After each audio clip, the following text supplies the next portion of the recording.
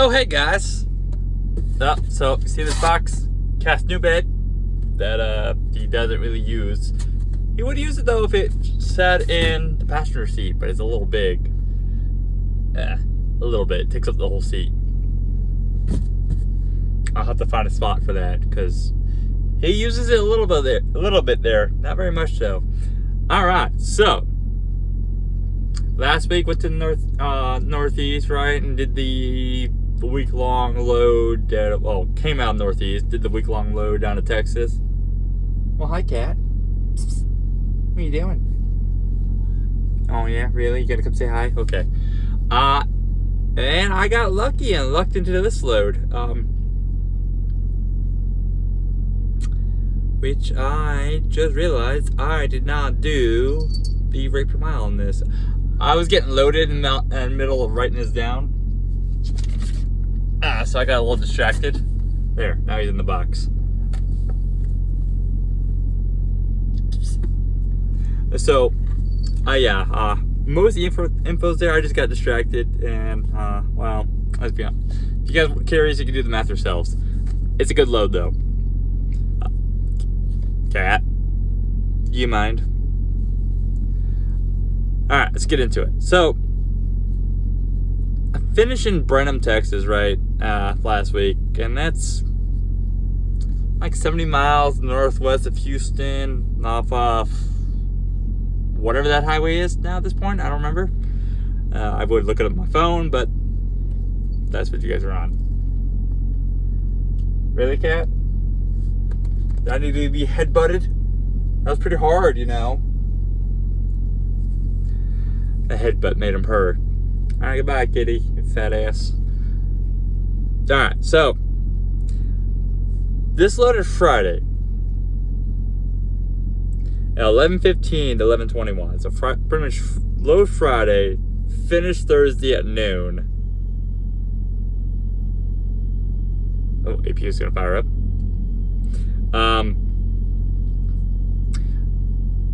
When I say this load is good, it's an understatement, right? So technically, I loaded Friday. Before I get into details, I'm gonna lay this plan out. So I loaded Friday, drove. I forget how far I drove. I want to say like 230 miles. So I went from Fredericksburg, Texas, to LaRue, Texas, which is southeast Dallas a little bit. And I sat all weekend. Like, just sat. That's all I did. From Friday to pretty much Monday morning is all I did was just that. So really the trip, the actual load itself didn't really start till Monday.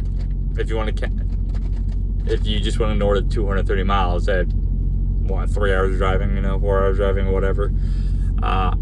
4 hours, back highways. So all right, let's get into it. So Fredericksburg, Texas, to LaRue, Texas, to Cloudcroft, New Mexico, Roy, New Mexico, Clayton, New Mexico, Crosbyton, Texas, Miami, Texas, Canadian, Texas, and Meeker, Colorado. In that order, too. Which, in case you're wondering, no, I did not like that order either. Well, what? What do you want, Cat? Alright, so called about this load. It was supposed for $5,000, okay? I was not going to do this for $5,000. These are all schools, by the way. Not school districts, schools. Cat, do you mind? You do this every time. Yep, come on, then. Come on. Come on. Lay down. Yes, yes. You're loved too. Yes, yes. You need attention. Every time. He was laying in his box in the passenger seat. Pull out the phone, start talking to you guys. And he's like, nope, give me attention. Ow, you don't need a knee on my leg, though. That's unneeded. Very unneeded. Unnecessary. Okay, we're going to curl your paws. We're going to curl. Come on. There you go. All right, so I was thinking 6,500 in my head. But I had a feeling that wasn't going to happen, right? So it was -5. Well, technically it was 0, but I put -5 so I do sort of stop because I didn't want to do 0 degrees continuous because why? It's not summertime, right? So the reefer isn't really gonna have to work. Like, I burned a quarter of fuel all weekend. Hi, kitty. Look how happy he is. What? So I pretty much, okay, after thinking 65, I said, all right, let's do, I told her 6. I could do 6, right? And she's like, I could do that. Now, I will say, this broker is probably the most fair broker I ever worked with. Because some of the shit she said surprised the fuck out of me. And we'll get into that, right? Whenever the cat stops being a pain in my ass. Can I help you? What do you want? You want a purr? Is that what you want? Okay. She told me, and I'm going to sum it up because I don't remember exactly what she said, that she can make 6K work. And even if they're not willing to do 6K, she will just eat it pretty much on her dime.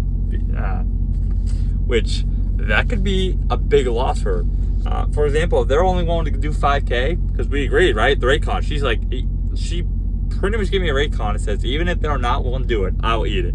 So even if they're only willing to do 5K, she just ate $1,000 out of her own pocket. But she could cancel the load, but she didn't. Then she calls me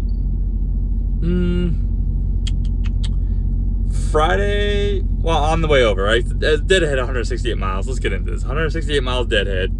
Loaded 2560 for a total of 2728. Okay? The reason why I haven't, there's some more information here, right? That's the load. And that's pretty much from Monday to Thursday, like I said. So she called me on the way over Thursday, the day before. She's like, I hate to tell you this, because I booked this, I booked this Wednesday? Something like that. She's like, I hate to tell you this, I'm just gonna say it. Now I'm thinking, fuck, this load's canceled, right? So I'm about to get fucked now. Whatever, shit happens. Like, honestly, I fucked up going northeast anyways, but whatever. She's like, they added on another stop, and it adds on about 400 miles. So I was like, okay, and? Like, that's what I said, okay, and? She's like, it starts Monday, and because originally it was supposed to be from the school. The original plan was Tuesday to Thursday. Pretty much I had to go Cloudcroft, New Mexico, and finish in Meeker, Colorado, right? From Tuesday to Thursday. That was that. So, I mean, think about that. $6,000 for pretty much well, still Monday, right? Because I got to get over. It was from original Fredericksburg. It was like 550 miles of driving over to New Mexico. It didn't really change much, right? It just changed. Instead of sitting over there for the weekend, I had to sit over in LaRue, well, Fairfield, Texas, off of 45? Sounds right. That TA over there with Whataburger in it. Sat there, which is 50 miles away from my first delivery, because I wanted to share in just in case I needed fuel, etc., right? I'm like, yeah, so? She's like, well, how much would you need? And I was like, okay, so when I put $6,000 down on those miles for the trip, right? It was like 2,200, 2,300, something like that. It pretty much came out to like $289 a mile is what I bid on it, right? I'm like, well, what do you think is fair, right? Because she's like 68. And I said, yeah, I was like, okay, yeah, that's fine, right? I didn't even argue. Like, I could have possibly got 7K, but honestly, what's the difference between 65 was willing to do this whole trip for anyways, and 6,800? She pretty much gave me $2 a mile for the extra miles, right? So that is beyond a fair broker, in my opinion. So 6,800, and my cut was 59.84, and this was a very profitable load, because with that many stops, I was expecting this to be a heavy fucking load, right? No. If you thought this whole load was over 15,000 pounds, you were also very off. This whole load, all those stops, 8,700 pounds. Less than what my reefer trailer weighs. Yeah, you're just being comfy down there, aren't you? Yeah, 8,700 pounds. Now, the only issue is, though, I have not ran this fucking hard since I left JCT. These were full 10 and a half to 11 hour days of driving. After pretty much, well, once I got down to LaRue, it was full days driving, right? Except for between Canadian and Meeker, Colorado. That one was the easy one. But because I was able to split it in two, right? But it was, even though I only did like 620 to 650 miles of driving, it was 10. Pretty much on average, like 10 hours and 45 minutes of driving. But really, like 13 to 14 hour days for 3 days in a row. And I haven't done that like 3 years. So I'm feeling it a little bit. But I mean, it was easy. Technically, it was driver assist. Well, not driver assist, but I had to be up in the trailer anyways to make sure nothing was accidentally taken, or pretty much had to supervise, right? Because all these are high schoolers. These are fundraisers, right? Fundraiser, like meat, snacks, whatever. It's mostly meat, right? It was the fundraiser for the AG and the FFA stuff, if that rings any bells. I don't know.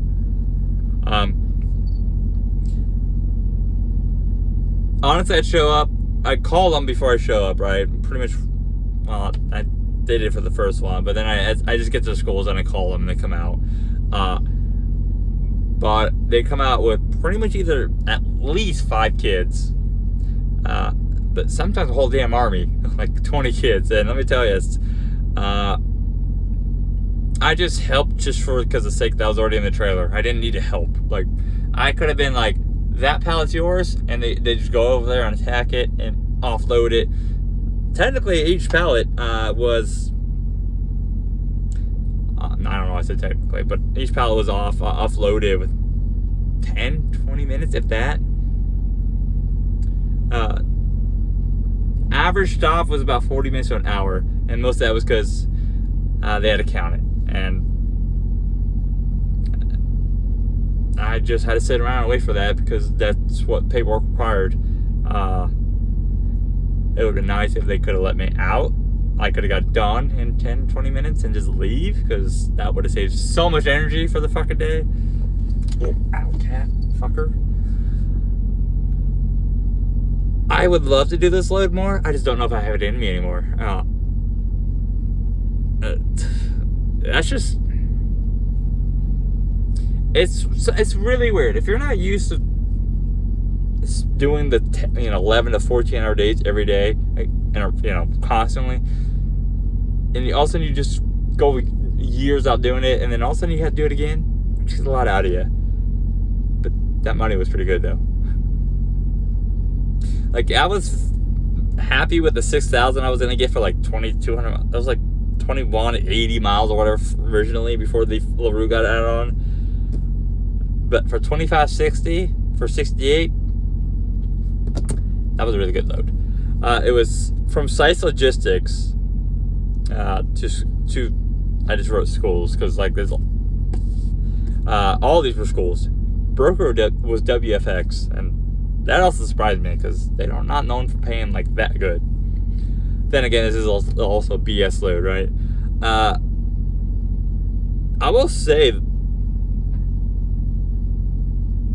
Cloudcroft, New Mexico is kind of cool as fuck, though. I slept up there. When I got up there, I slept up there in the pull-off top of the pass, pretty much. Which is a mile away from the school, right? Yo, do you mind?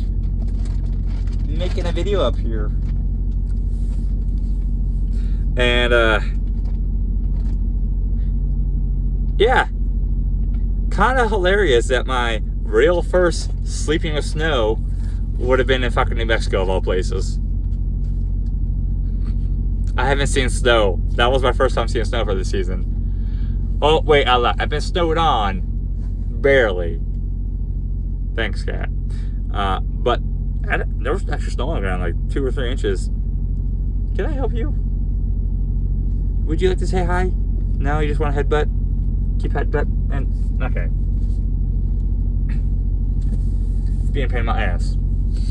It was peaceful though. But I've been over that pass, whatever, I forget the highway name, but it's Alamogordo, straight east over the pass. Been over that twice. Both times GCT. And it's always been east. It's never been west. I'm just glad it was light, because that's a hell of a drop into Alamogordo from up there. Because, like, after, like, I was done, well, we were done unloading there, the teacher came over to me, she's like, which way you going? I was told to Roy, because I was going to go Alamogordo and straight north, right? And she was like, oh, well, be careful, that's a very steep drop. It's like, you pretty much dropped 3,000 feet. Which, it's a little more than that. But I was like, I was like, yeah, I know. I'm from mountain areas, you know. I'm used to mountains.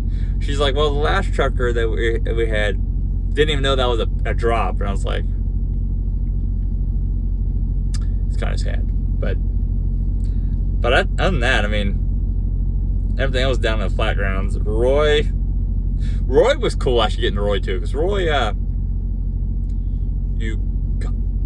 there's a cool little climb. Mostly descent, but it's nice views. Nice views. Because what the fuck was the I went off I-25 to Mount Wagon Mound, I think that's what it was. And I went east of there.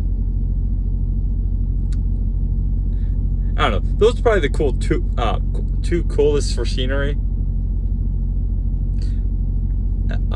First on Roy, I mean. Roy is so fucking out there that when you get to the back half of the town, my Verizon signal fucking just disappeared, right? And my T-Mobile signal, which is my hotspot, also disappeared. I literally moved half a block forward and had signal.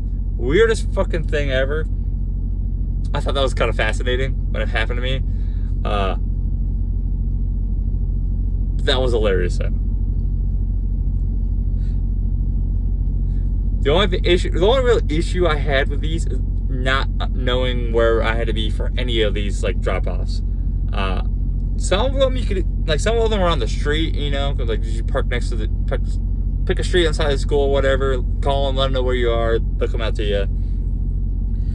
But some of them they wanted you to move, like Cloudcroft. There was a bus loading place for the buses. There's a horseshoe, pretty much. Yeah, they wanted me in there.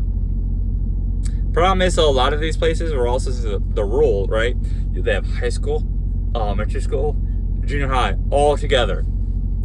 And like Cloudcroft was technically 2 school buildings. You get the high school, the horseshoe, and the junior high.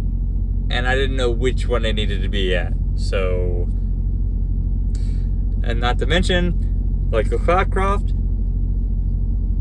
they wanted you there at 7:30, and when does school start again? 7:30, pretty much. So it was no chaos with the trying to get around people that are last minute dropping out their kids before the bell rings, because the bell rings so it's 7:30, right? However, though, I will say it's really the way people behave, like the cars behave around you in these areas. They actually don't hate you. Except for one. Was it LaRue? No, LaRue was fine. Oh, it was Crosby Town. Okay, so I was parked in front of the school, and I called the school, and she's like, "Oh, you need to back over off the street into here because we're back in this corner of the school." And I was like, "Okay." So I went around the block, right? It was set at the back, right? And this car is just sitting there. And I even honked the horn a couple times. With hazards on, right? After the trailer's pointing in there, right? But I'm on the street blocking traffic from 2 different directions now. I need that car to move. And I'm honking the horn. And she doesn't move for like 10 seconds. Even though she's clearly wants to turn left, right? But she can't fucking turn left because I'm blocking the whole street because I need to go where she is, right? Not to mention, she could just turn right and went around the fucking block like I did, and fucking already been out on the main road for the amount of time she sat there, pretty much. So I point at her, and I'm like, "What are you doing?" And she did not fucking like that.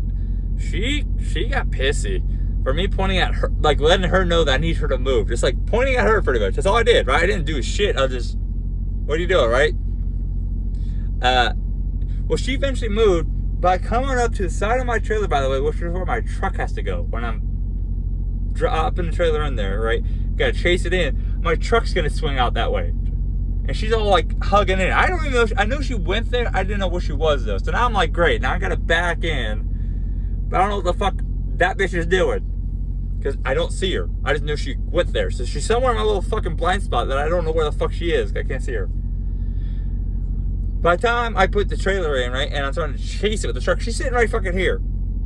And she's looking up at me, just mouthing, like, you just tell she's fucking just saying some shit. But I'm over here just like, the fuck's your attitude? What's your problem, right? It's the fucking early in the morning for this shit. Go, chew, you know, like, I just didn't pay her no mind. It just made me laugh. Yo, cat, you making biscuits?